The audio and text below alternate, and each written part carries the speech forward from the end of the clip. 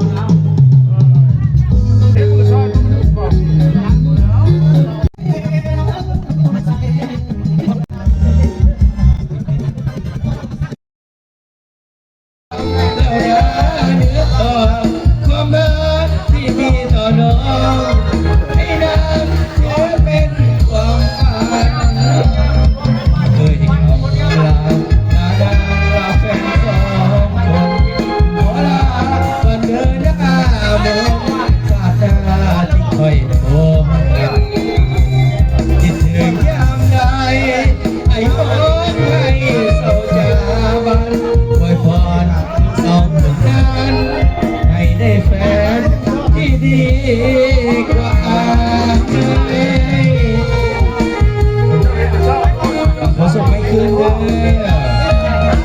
เขาส่งไม่คืนไอ้เจ๊แสงไอ้กิโลพยักยันมาอีกเลยขอขอบ